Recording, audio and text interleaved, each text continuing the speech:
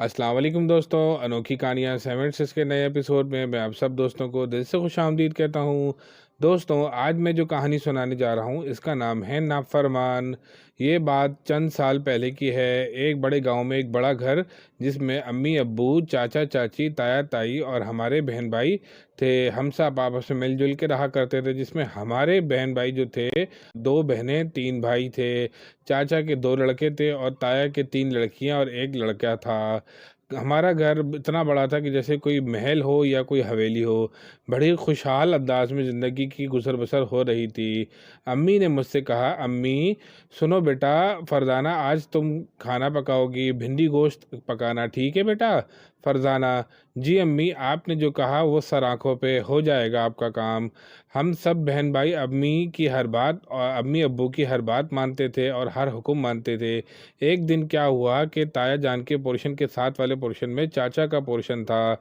वहाँ से चाचा चाची की लड़ने की बहुत ज़्यादा आवाज़ें आ रही थी। बात यहाँ तक पहुँच गई कि चाची ने अपने अब्बू के घर चली गईं। ऐसे ही दिन गुजरते गुजरते पूरा 1 साल गुजर गया। चाचा चाची के आपस में बिल्कुल भी बात नहीं हो रही थी। चाचा बिल्कुल अकेले रह गए थे। चाची अपने दोनों लड़कों को साथ देकर चली गई थी। दोनों लड़के अपने बाप से बेहद प्यार करते और बेहद मोहब्बत करते थे। कभी कभी अम्मी से छुपकर वो चाचा को फ़ोन कर लिया करते थे और बाबा का नंबर अम्मी के मोबाइल से डिलीट कर दिया करते थे।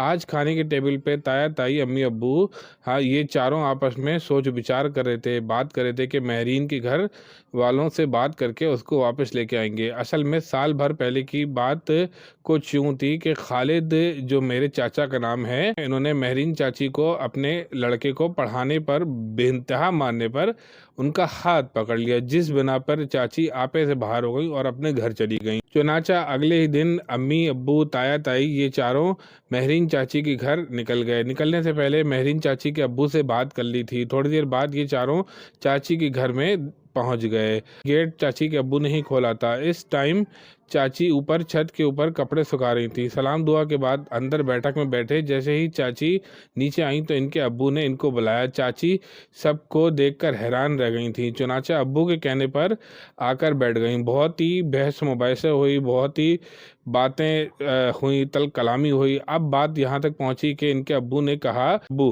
बेटा देखो, लड़की का असल घर इसके शौहर का घर होता है, लिहाजा आज अपने बच्चों को लेकर घर जाओ और अपने शौहर से माफ़ी मांगो और अपना घर बचाओ। महरीन चाची बोली, अब्बू उन्होंने मेरा हाथ पकड़ा था, उन्होंने मुझसे बदतमीजी की थी और 10 किस्म की बातें महरीन चाची ने कर दी।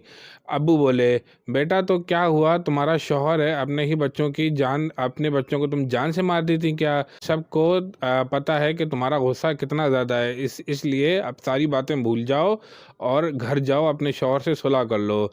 महरीन चाची बोली, जी अब्बू, आप जो बोल रहे हैं वो हो जाएगा। फिर महरीन चाची रोने लगी।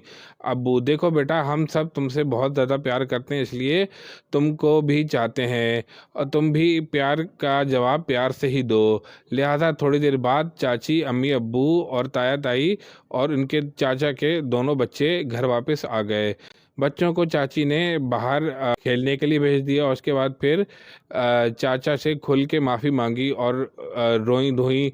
चाचा ने भी उनको माफ़ कर दिया, क्योंकि चाचा बहुत ही ज़्यादा रहम दिल थे और काफ़ी अरसा हो गया था कि वो अपने बीवी बच्चों से नहीं मिले थे। अगर आपको ये कहानी अच्छी लगे तो कमेंट्स में राय का इज़हार कीजिए, इस कहानी को शेयर कीजिए और अनोखी कहानियाँ 7 के चैनल को सब्सक्राइब कीजिए। अस्सलाम वालेकुम दोस्तों।